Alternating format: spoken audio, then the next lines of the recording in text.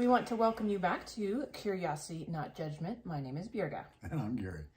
So today's topic is personal resiliency. And I think I could use a shot in the arm of personal resiliency today. I think, have both had long days, and resiliency is not something that you can necessarily muster up in a moment, but perhaps is something that can be coached and trained into your normal state of affairs. So that was something that I wanted to talk about with you today. Yeah, I mean, we can be intentionally resilient in the setup of our systems, our communities, the places we live. This was originally brought to my attention when we were putting a microgrid on an Air Force base. Okay. And I was talking to the Office of Energy Assurance, and they will not mind if I share with you because it's their kind of motto is, what is a resilient installation in the military and how is that defined? And, you know, we talk about reliability a lot, and in energy, we talk about 3 nines, 4 nines, 5 nines of reliability. In other words, the amount of time there is and the amount of time that you've got electricity in your house is a ratio. And if it's 99.9% of the time, then you have so many hours out of the year that you have electricity.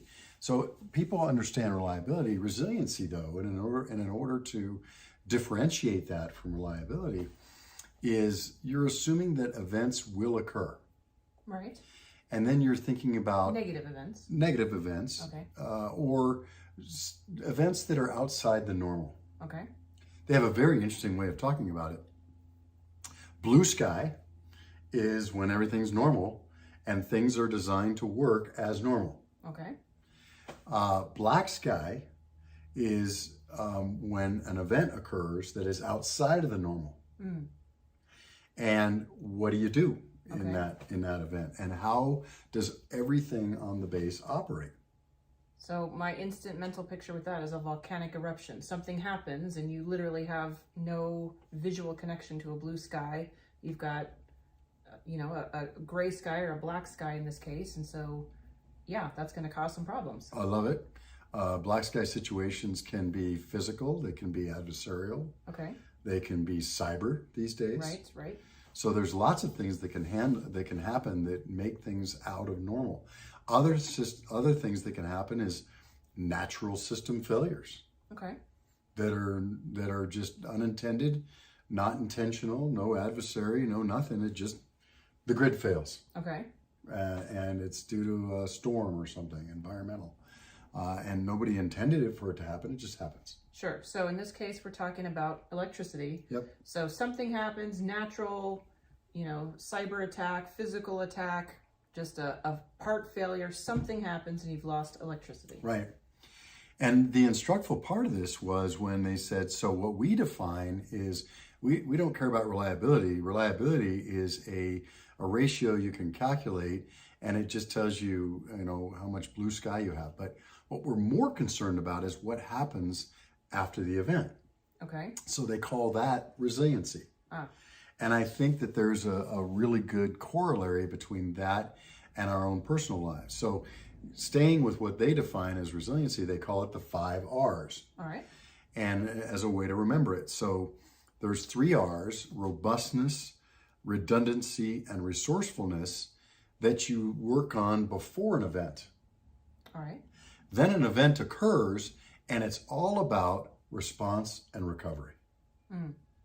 And I think those are really good words to define how resilient is a community. A community, let's say you've got Albuquerque, New Mexico, and the grid goes down and the whole city's out of power. Mm-hmm. How resilient are we? Right? Can you get food? Can you get gas? Now, if it's only out for 20 minutes, no big deal. No big deal. Yeah. But what if it's out for 3 hours? What if it's out for a day? Yeah. We've what experienced. If temperatures are sky high or very low? We had an event just a few years ago where we lost a major utility when it was -8 in the East Mountains. I think it was still above 0 here in the city, but that's a big deal. Yeah. Right. Huge. And so resiliency is what's your response and what's your recovery. And so now the things beforehand are just as important. When you talk about robustness, do you have two of everything? Do you have backups? Do you have, those kinds of things? That's has to do with redundancy, and robustness means how good are your systems? And then no matter how good the systems are, do you have a backup system if the first system fails? That's robustness and redundancy. Okay. Resourcefulness is how can we, with the least amount of money is always, or resources, can you use one thing to handle two items, for instance, right? What can you say that you use your schools for educating students, but in a power outage situation, you use your schools as emergency shelters? Sure, okay. In the New World Order, you've got EVs. Let's say you've got EV buses. Explain to the masses. Electric vehicles. Let's say you've got electric vehicle buses that are good for transporting kids during the week. And if there's an emergency situation in the town, the grid is out, maybe those same electric school buses can go and provide electricity to a community center by plugging them in reverse. Charge phones. Okay. Or maybe you put a hotspot on them and it can provide internet, right? So you've got one resource that can be used in different ways, right? So those are the things. So, and then after the event, what's your response? Is it a panic? Is it I love the Navy SEAL illustration where the last test that determines whether you become a Navy SEAL or not is this 24-hour event, and it's this seemingly impossible mission that you can do, and halfway through the event, the drill sergeant calls everybody and says, "On me," and everybody gathers around, and everybody's freaking out, like, I need this time to get my mission done. You're telling me to stop in the middle of it. And he says, "You guys are all running around like chickens with your heads cut off." And he says, let me tell you something about contagious. He says, panic is contagious. Yeah, that's true. He says, stupid is contagious. Yep. You know what else is contagious? Calm, peace, intentional work. And then he says, and that's the turning point. Every single class, and people go around, okay, let's take a step back. Let's reassess the situation. Let's remember our training. The more you sweat in training, the less you bleed on the battlefield. Let's go, right? And so the point is, your response comes in there, and then your recovery. How quickly can you get back to normal, or at least to an acceptable state? So I think this is a very instructful way to think about a community, but it also could relate to our own personal selves. All right, well, let's go down the list then as we're talking about ourselves, because I think we have to, know ourselves, to lead ourselves, be part of our community, right? We've had some of these conversations, and so let's do the 5 R's. What does that look like in your personal growth and development, and start with the first one. So robustness. How robust am I as a person? And that comes back to, how am I taking care of myself? Physically, mentally, emotionally, spiritually. How robust am I? Am I getting sleep? Am I eating well? Am I getting exercise? How is this capacity that is me as a person, my body, what's that capacity? What's that overall? Is it good? Is it bad? Is it weak? Am I aware of where I'm at? All right, so I always need some practical examples of this. So if you are considering an event, a negative event that could potentially happen, how do we measure our health in that particular R? Let's say we do exercise a few times a week and we eat relatively healthfully.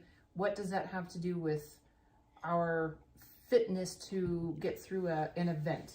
Well, the best judge of this is to look over the last couple of events and see how you did. Okay. And it was part of the problem, the fact that you're hungry, angry, lonely, tired. Okay. Are you not taking care of your life in such a way that you put yourself in a situation where you could be triggered? Okay. Where a seemingly innocuous event sets you off, etc. So how robust you are is, what's your capacity for dealing with anything that comes at you? Okay. So in the example of a power outage, let's say your kids are at school, there's a power outage, you're not sure what's going to happen in terms of the release schedule. Are they getting out on time? Are buses running? And you haven't charged your phone. You don't have a way to communicate. That's the kind of thing that you're talking about, right? Exactly. So an event happens. How prepared are you to deal with it based on your habits and the way that you care for yourself and do your kind of routines? Just the other day this happened, and it reminds me of what did we do before cell phones. But my sister and her boyfriend were coming into town, and we were trying to figure out, and they had landed, but their cell phones were dead. And I'm thinking, don't you guys travel enough to know better? Anyway, doesn't matter. We couldn't communicate. Well, they didn't know how to get to our place. You know, they were in a storm, you know, and then they finally find a portable power pack or plug it in the rental car or whatever, and they finally get some phone back. And I'm thinking, okay, there's a good example of robustness. We could have anticipated that we need some information when I land in a strange place and I don't have directions already, that I might need my phone. Absolutely. All right, that's a good example. What's the next R? So the next one is redundancy.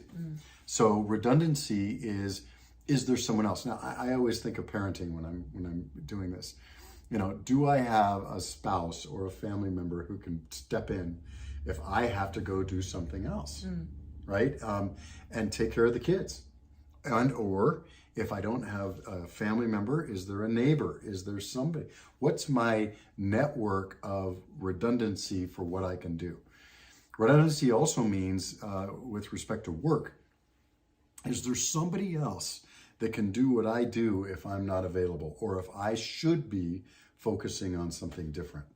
So that is a huge one that I can think of a myriad of examples that happened during COVID with single parents, or even two-parent homes where you had to have, you know, parents at work and then dealing with online education. Absolutely. You can't just magically duplicate yourself when you have to be present for a kindergartner who's trying to get through a school lesson online, who inevitably is fidgeting and doing other things while you're doing your work. You just can't clone yourself. And so the realities of what we faced during the pandemic and the shutdowns and the shifting of how we worked and did school online versus in person, the redundancy issue was huge. Well, you've just brought up a great example of how we can better prepare for the next pandemic. Okay. And that's Clones? to go through these R's. Okay, right? not clones. Clones aren't ready yet. Okay. Nor do I wish them to be. But you know, if you went through those 5 R's and thought about a pandemic with respect to work, school, transportation, public transportation, crowds, concerts, trainings, all the stuff, and you started thinking, which companies are now doing, Sure. and organizations are now doing, this is a great exercise to go through that. How did we do as a country on robustness, redundancy, and the resourcefulness, and on response and recovery? Oh, that's a very long conversation. It is a very long conversation. I'm just saying, you can't. We might have little influence on our country and what they are going to do with the COVID pandemic, but we have complete influence on ourselves. And that's the point here, is we can go through and make sure that we are as robust as possible. There's redundant systems in our lives. We are resourceful with the way we're handling our own resources. We're being good stewards of what we do have, and there's extras in case we need it. There's emergency funds, there's other things. Yep. And then when events occur, what is going to be our response as much as we can anticipate it, and what's going to be our recovery, and how are we going to do that? I think we would all, from our personal experience, realize that there are some people, when an event happens, that are going to be able to respond appropriately or even well, and recover well and back to some acceptable level. Doesn't have to be perfect, Sure. but some acceptable level. And if you look out throughout history, we can point to examples of that. So how do we personally put ourselves in a situation where we are resilient as individuals?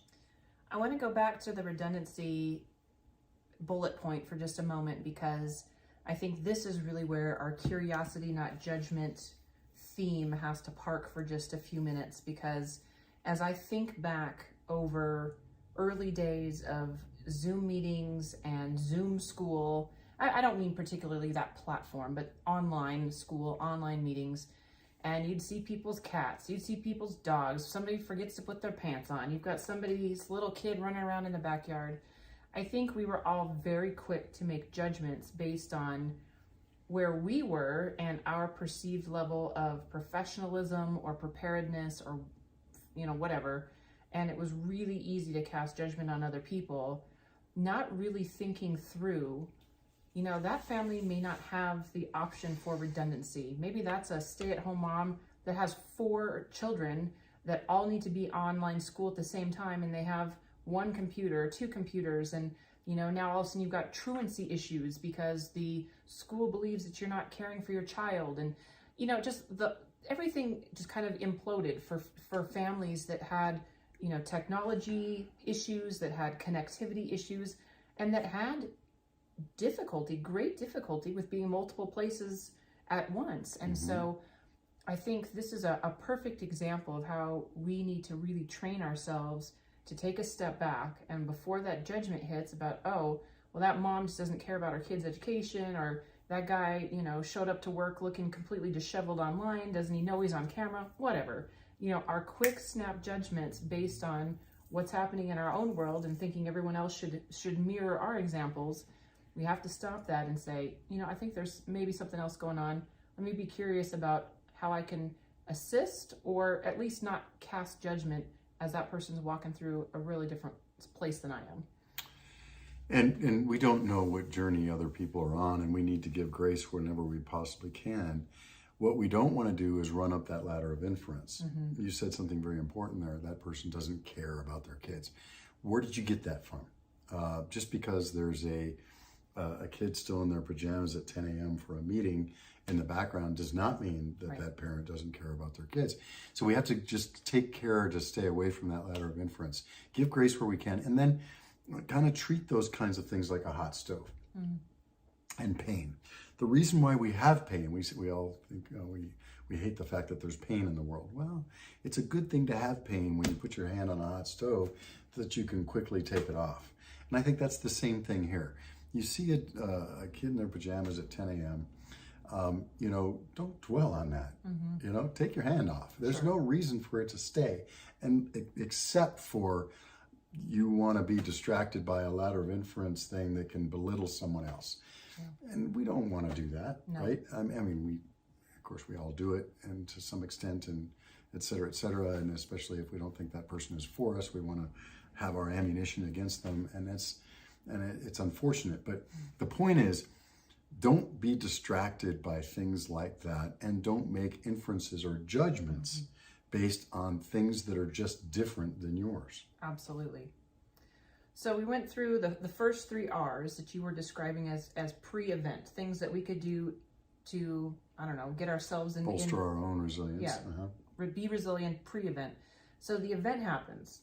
COVID hits, there's a power outage, and I'm not trying to make light of any of these things. There's something happens, and something's going to happen to all of us.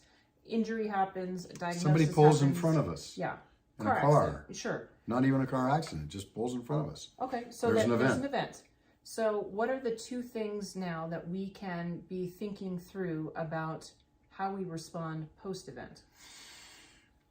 For those things that you can anticipate, it's always good to do a little thought exercise of how do I want to respond based on my values to this event, right? Okay. So I mean, just the simple one is somebody pulls in front of us. All right. Right. Okay. Do I want to use a hand gesture or lay on the horn, lay on the horn, cut them off back, make sure that they know who's boss, become their driving instructor? I think we can think through that and think, that's probably not the best thing to do, especially in Albuquerque. Let's not do that. The real test, though, is things that you don't anticipate. Yeah.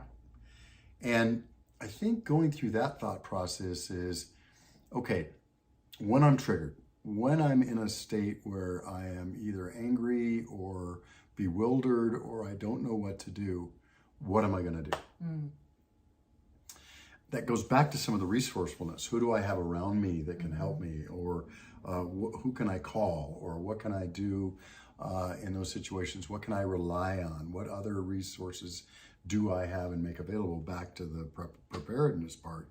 But the response, I think deciding that violence is a response might be a good thing to say, you know what, I'm just going to draw the line. Not going to do that. Right. And then you might even try to go back to, you know what, yelling is not going to be my response. Panic is not going to be my response. Yeah. You know, how far down can you go? And if you get to the point where, you know what, calmness is going to be my response, I'm going to tick off what I can do in the situation. What are my resources here? What's really going on? Am I misinterpreting this? Are things happening to me? Is this a consequence of something I've done before? Those things we can think through and put that gap, as we talked about, between, you know, the difference between humans and animals is stimulus response. There's that gap between what occurs and how we respond based on our values. How many seconds can I put in there before I actually respond to a given event? And so I think there's a large part of our response is going to depend on how well we're prepared. Yeah. But we're all going to get surprises. Without question. Without question. And so then we have to think, okay, how am I going to respond? And if the first thing I'm going to respond to is anger, violence, and cussing, you know, that's a response. It is. And you know, and we shouldn't be judgmental about that response, but is that always the best response? Yeah. How well is that going to serve you? How is that going to serve you in the future? So I'm thinking back to your example of your sister and the phone not being charged upon landing in a new city. And I'm in trouble now. Yeah. Well, and I've said this to myself over and over, and I haven't done it, is I need to have some little cheat sheet that I can have in my wallet that has people's phone numbers written down, because I don't know anybody's phone number anymore. And in the event that my phone dies, you know, the charging capabilities are, you know, well out of my control, whatever the case is, and I need to get in touch with somebody. If I can't turn on my phone, I don't even know what somebody's phone number is to go, you know, borrow a desk phone or to borrow someone else's cell phone to dial out. And so there are these simple things that I think that we can think through to be prepared in the, you know, I think increasingly probable chance that something will impact us or impact our ability to communicate. And I think we can think ahead and try to be as prepared as we can. And, you know, in my case, not be lazy and just actually take the steps of writing down those key phone numbers to make sure that I have them available. But there's the response that you're talking about, you know, aside from being prepared and, you know, kind of having that Boy Scout go get 'em attitude, really comes down to that person to person encounter, you know, choosing not to react in violence, not in harsh language, not in judgment, you know, fill in the blank. But then there's one last R for us to talk about. And that's the recovery. So even if you do screw up in your first response, you can always go back and change that response. And I think sometimes we double down. Sometimes we get angry, we start screaming, we start doing something, and then somebody reacts to us in a way that's not going to help the situation either. And we can't control others, we can only control ourselves. But we may have even caused that reaction you don't directly cause it, but indirectly. You can still change that response. You can still recover. And what is that recovery? What does the recovery look like? What would be the best recovery for everyone here in this situation right now? What can I change the course and be the catalyst for positive in this situation right now? How can I recover this situation and get back as close to normal as possible? How can I share resources? How can I be a light in this situation and be an encouragement and provide hope? How can I help the situation and help the overall recovery in this situation of myself, my loved ones, and my community in the best way possible? As an example. And again, we thought about doing this 2 seconds before we turn on the camera here, and there's probably a lot more thinking on this we could do. Sure. But that's just off the top of my head. I'm thinking this is a good model for personal resiliency. I think you're right. And I should have figured that out the first time I learned about this from the Air Force. And I'm surprised I didn't think about it till now. But I think it's a good model for us all to kind of think about and think through for our own selves. Not taking anything that you and I have said, but what does this look like for me? Yeah.